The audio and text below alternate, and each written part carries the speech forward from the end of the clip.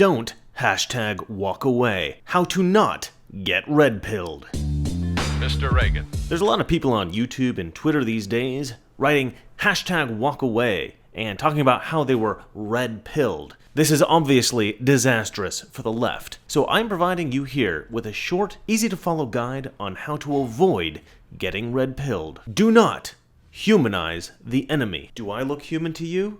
Maybe, but I'm not. I'm less than human. I am a conservative. If you, for one moment, start to suspect that I'm anything but an evil, homophobic, racist, misogynist, transphobic, bigot of monumental proportions, you might start to think that I'm a good person. And once you start to think I'm a good person, you will fall into the trap of listening to me. And that can be devastating.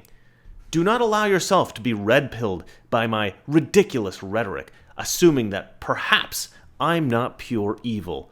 That would be a deadly mistake. And before you know it, you would hashtag walk away. Whatever you do, do not start your own business. If you start your own business, you might start to think things like a lower business tax is a good thing. You'll start to recognize things like government regulation actually hurts smaller businesses more than it hurts corporations. You might start to think about things like giving people jobs is better than giving people welfare. It's possible that you might start to think that the market system is the best way to draw people out of poverty. God forbid, you might even start to think that capitalism is good.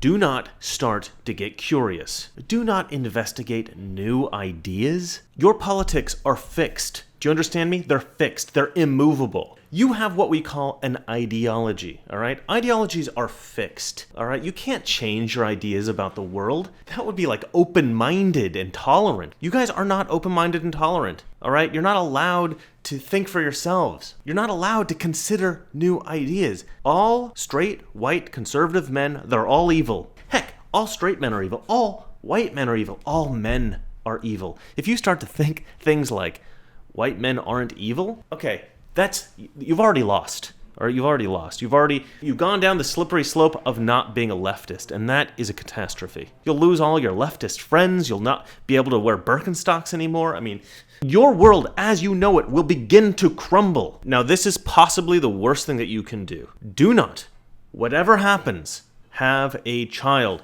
If you have a child, you are then responsible for somebody else other than yourself. The best way of living is not to even be responsible for yourself. The best way to live is to let the government be responsible for you. That's your ideology. That's what you have to believe. If you ever start to think that you're responsible for yourself and another human being, okay, now then you actually have to start making practical decisions about politics. No longer can you live in this liberal fantasy where the government pays for everything, rich people pay for everything, redistribution of wealth is actually a good idea. You cannot live in theoreticals anymore. You have to live in the real world. Practical ideas suddenly become important. Don't try to elevate yourself. You might actually get a job, you might get a promotion. And let's be honest here, the government doesn't give out poverty line wages. With welfare, with food stamps, with free health insurance, you're golden. Okay, you don't have to work a day in your life. Sure, it isn't the most beautiful life in the world, but it's okay. Making hundreds of thousands of dollars, making millions, who needs that, all right? Who needs to be rewarded for their merit?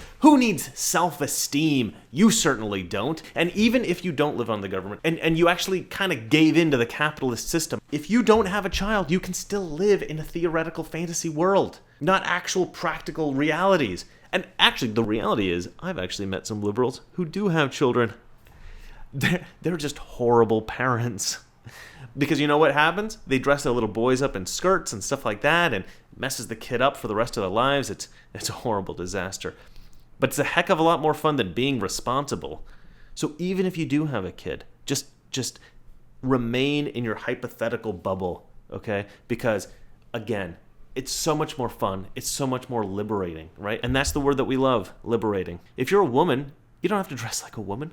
If you're a man, you don't have to dress like a man. Why? Because you're a liberated liberal. That's why. All right, well, that's it for me. If you like me, you might enjoy this book of short stories that I wrote. If you're not into short stories, you can buy some Mr. Reagan merchandise. I just got this lovely coffee mug here. This is probably my favorite thing. I also got a cool t-shirt, and I have other like conservative merchandise. I mean, granted, I'm talking to liberals here, so you may not like any of this. You can also consider donating to my Patreon account. Again, if you're poor, don't give me any money. But if you have money and you like my channel and you like what I'm doing here, consider donating or buying some merchandise or getting my book. So if you like this episode, hit the like button. If you want to see more like this, please subscribe. And if you hate me, well, you're probably an evil conservative. Disgusting. Good night. We have so many people who can't see a fat man standing beside a thin one without coming to the conclusion the fat man got that way by taking advantage of the thin one. The trouble with our liberal friends is not that they're ignorant. It's just that they know so much that isn't so. Now,